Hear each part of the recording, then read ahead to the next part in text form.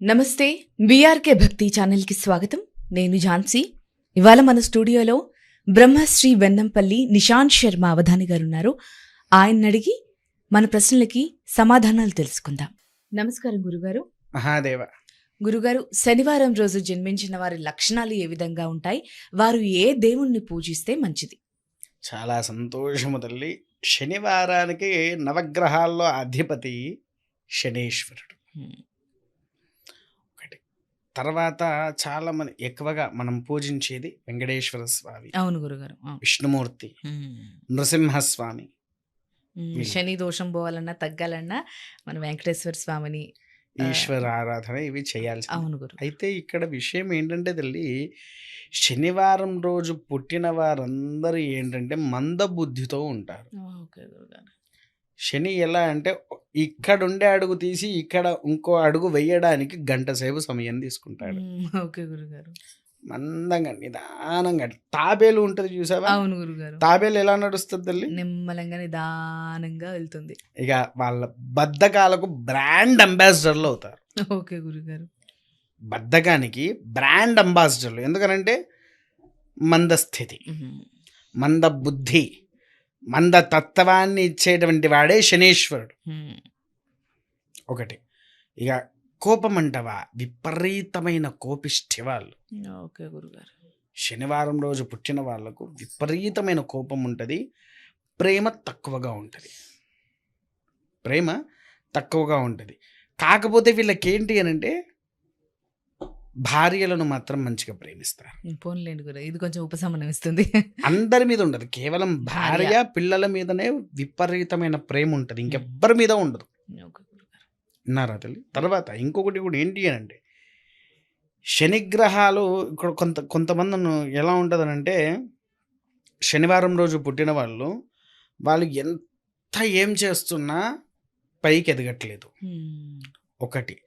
రెండవది ఏంటంటే బంగారం ముట్టినా బొగ్గవుతుందిరా నాయన అని ఏడ్చేటి వాళ్ళు కూడా ఉన్నారు. అవును గురుగారు. ఏ పని చేయాలనుకున్నా నా వల్ల కావట్లేదు అని చాలా రకాలుగా ఇబ్బందులు పడుతూ ఉంటారు. ఎందుకోసం? ఈ శనివారం రోజు పుట్టిన వాళ్ళకు. శనిగతులు ఎవరిది? వెంకటేశ్వర స్వామి. కాకపోతే వారానికి అధిపతి ఎవడు? శనేశ్వరుడు. నీకు కష్టం వస్తేనే ఆ శని దోషం ఉన్నట్టే కదా మనకు. అవును గురుగారు, ఖచ్చితంగా. శని దోషము ఉన్నది అని అంటే తెలిసేదే మనకు వాటి వల్ల. అవును గురుగారు. సాడే సాదో, అష్టమ శని, అర్ధాష్టమ శని, ఇవన్నీ ఉంటాయి కదా మనకు. ఇట్లా ఈ శనివారం రోజున చాలా రకాల ఇబ్బందులు ఉంటాయి. విన్నావా తల్లి? ఓకే గురుగారు. మరి గురుగారు, వీళ్ళు ఎలా పూజించాలంటారు దేవుణ్ణి? అమ్మ, వీళ్ళు పూజించే విధానం ఏంటి అని అంటే ఎక్కువగా వెంకటేశ్వర స్వామి వారు ఉన్నారు. వెంకటేశ్వర స్వామి వారికి కార్తీక మాసంలో ధాత్రీ నారాయణ కళ్యాణము అని వస్తుంది. ఓకే గురుగారు. ఎప్పుడు ద్వాదశి తిథి రోజున ఆచరించాలి, అది కూడా రాత్రులలో.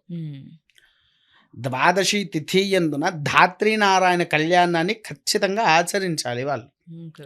తర్వాత రెండవది, ప్రతిరోజు ఖచ్చితంగా వెంకటేశ్వర స్వామి వారి ఆలయానికన్నా దర్శనానికి వెళ్ళాలి, లేకపోతే నవగ్రహాలు ఎక్కడుంటే అక్కడికి వెళ్ళి ప్రదక్షిణ చేయాల్సిందే వారు. లేకపోతే శని వాళ్ళను వదిలిపెట్టాడు. ఒకటి.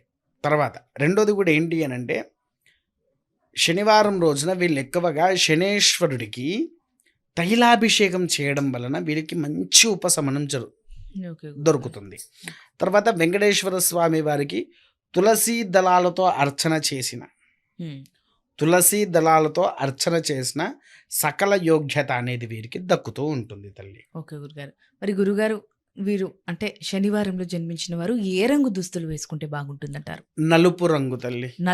నలుపు రంగే వాడాలి. నలుపు రంగు దుస్తులతో వాడితే సకల యోగ్యత అనేది వస్తూ ఉంటుంది. శనివారంలో జన్మించిన వారికి ఏంటి అంటే శనికి ఇష్టమైనది ఏంటిదయ్యా అంటే నలుపు రంగు. ఆ నలుపు రంగుని వాడేటప్పుడు ఏంటి, ఈ నలుపు వస్త్రాలను ఆచరిస్తే శనిగ్రహ దోషము అనేటువంటిది మనకు పడదు. ఓకే గురుగారు.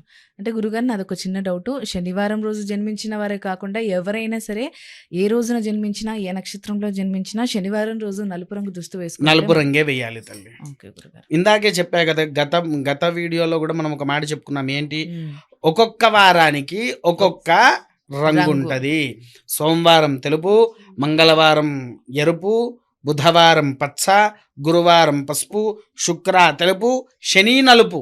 ఓకే గురుగారు, చాలా స్పష్టంగా చెప్పారు గురుగారు. ఉన్నారా? ఆ, ఇలా మరి- ఆచరించాలి. గురుగారు, మరి వీరు అంటే శనివారం రోజు జన్మించిన వారు ఏ భట్టు పెట్టుకుంటే వాళ్ళకు మంచి జరుగుతుంది? అమ్మ మనకేంటి అని అంటే జ్యేష్ఠాదేవి ఉన్ను శనేశ్వరుడి యొక్క అనుగ్రహము మనకెల్లవేళలుగా ఉండాలి. అంటే అనుగ్రహం అంటే వాళ్ళు వచ్చి మనల్ని పట్టుకోవడం కాదు, మనల్ని పట్టుకోవద్దు అనేటువంటి అనుగ్రహం ఉండాలి.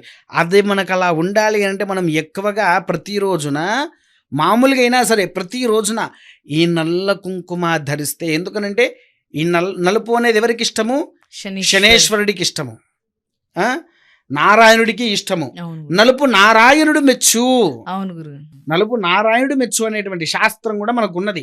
అందుకోసం ఏంటి అని అంటే ఈ నల్ల కుంకుమ ఎవరైతే ధరిస్తారో వారికి సకల యోగ్యత అనేటువంటిది దక్కుద్ది తల్లి. అంతటి శక్తివంతమైంది, ఎంతో అమోఘమైంది. శని పీడ మనకు రాకుండా శనిగ్రహ దోషాల నుంచి విముక్తి పొందడానికి. ఇప్పుడు ఇంకో విషయం కూడా ఏంటంటే అర్ధాష్టమ శని, అష్టమ శని, సాడే సాధు, ఇగో ఇలా ఎన్నో ఉంటాయి కదా. గ్రహస్థితుల్లో కూడా అష్టమ శని దోషాలు ఉంటాయి. అట్టి దోషాలను కూడా నివారణ చేసేటువంటి గొప్పదే స్థితిగతుల్లో ఉండేదే ఏకైక బొట్టు ఈ నల్ల కుంకుమ. ఈ నల్ల కుంకుమ మనం ఎప్పుడైతే ధరిస్తామో, ఈ నల్ల కుంకుమను ఎప్పుడైతే మన శిరస్సు దగ్గర నుదిటికి తాకుతుందో మనలో ఉండేటువంటి శని పీడలు తగ్గుముఖం పడి మనకంటూ ఒక మంచి సబుద్ధిని ఇచ్చి ఒక దారిన తీసుకువచ్చి శనేశ్వరుడి యొక్క అనుగ్రహాన్ని మన మీద ఉండేటట్టుగా చూసుకుంటూ ఉంటారు. ఓకే గురుగారు, చూసారు కదా శనివారం రోజు ఏ బొట్టును ధరిస్తే బాగుంటుందో ఎంత క్లియర్గా చెప్పారు. అండ్ ప్రత్యేకంగా ఇప్పుడు గురుగారు చెప్పినట్టు మనం లక్షణాలు విన్నాము, ఏ రంగు దుస్తులు వేసుకోవాలో విన్నాము, వీటన్నిటి గురించి విన్నాం. కానీ ఈ నల్ల కుంకుమ యొక్క ప్రాముఖ్యత మీరు చూసినట్టయితే, నల్ల కుంకుమను కనుక ధరించినట్టయితే శని పీడ ఏదైతే ఉందో దాని గురించి ఏదైతే బాధపడుతున్నారో అది తగ్గుముఖం పడుతుంది అంటున్నారు. స్థితిగతులు సమర్థవంతంగా స్థిరంగా ఉండేలాగా చేస్తుంది అని అంటున్నారు. మరి ఈ కుంకుమ ఎక్కడ దొరుకుతుంది అనే అనుమానం మీకు రావచ్చు. ఇక్కడ స్క్రీన్ పై కనిపిస్తున్న నెంబర్లు కనుక ఫోన్ చేస్తే గురూజీ గారి అపాయింట్మెంట్ దొరుకుతుంది. వారితో మీరు స్వయంగా మాట్లాడొచ్చు. దీని గురించనే కాదు, మీకు ఇంకా ఎటువంటి సమస్య ఉన్నా అది మీరు గురువు గారితో చర్చించవచ్చు. అలాగే నక్షత్రాల వారు కూడా ఏ రకమైన కుంకుమ అంటే, ఇప్పుడు మీరు శనివారమే పుట్టి ఉండొచ్చు, కానీ మీ నక్షత్రం ప్రకారం ఏది, మీ జాతకం ప్రకారం ఏది అని తెలుసుకోవడానికి నక్షత్రాలలో పుట్టిన వాళ్ళు ఏ విధమైనటువంటి కుంకుమ వాడితే బాగుంటుందో అనే స్పెషల్ వీడియో బీఆర్కే భక్తిలో ఆల్రెడీ అప్లోడ్ అయింది, అది చూసేయచ్చు.